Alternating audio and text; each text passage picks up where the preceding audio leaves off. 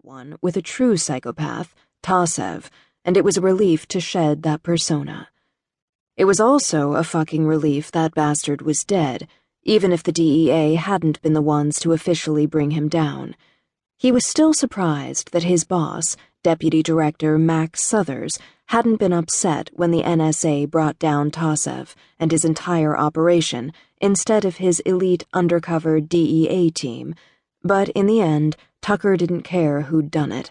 He didn't care about the accolades, just the result.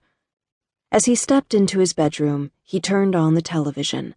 Headlines from last week's attack on a political fundraiser dominated everything. Tucker should probably have been surprised by the attack, but little could shock him anymore. The drone that had carried out the attack should never have been stolen in the first place.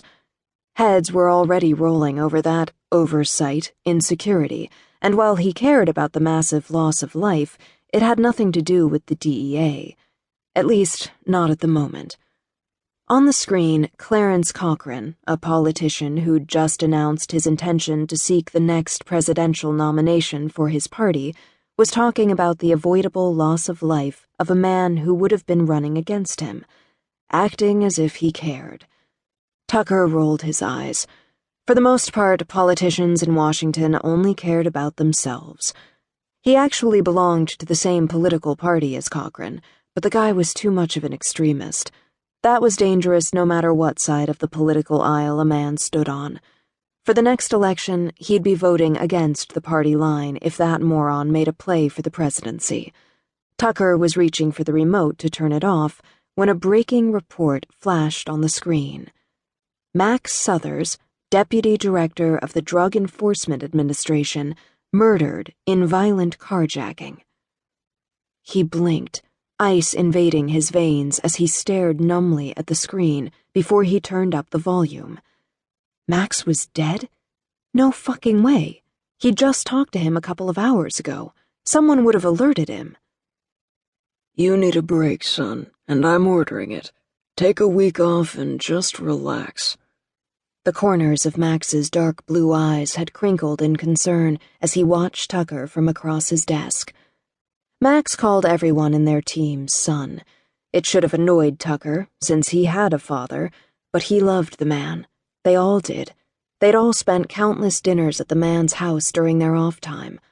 Swallowing hard, he sat on the edge of his bed and listened as a somber-looking reporter talked about Max's murder, basically saying nothing at all. The police had no leads. They didn't know if this was random or related to one of his cases. Fuck. Standing, he grabbed his phone from his nightstand. He needed to call the rest of the team and Mary, Max's wife. Hell, he needed to verify that this was even true. If they'd reported this without telling her first, hell no.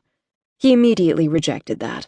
The DEA wouldn't have allowed that to happen, unless the local PD had fucked it up and there'd been a leak, because why had no one called the team first? As he started to call Cole, his phone buzzed, his teammate's name appearing on screen. Still numb, he answered, You see the news? Yeah.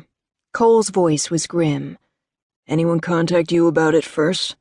No. I tried Mary and she's not answering. Tucker's throat tightened as he stared blindly at the muted television. You believe he's dead? I don't know.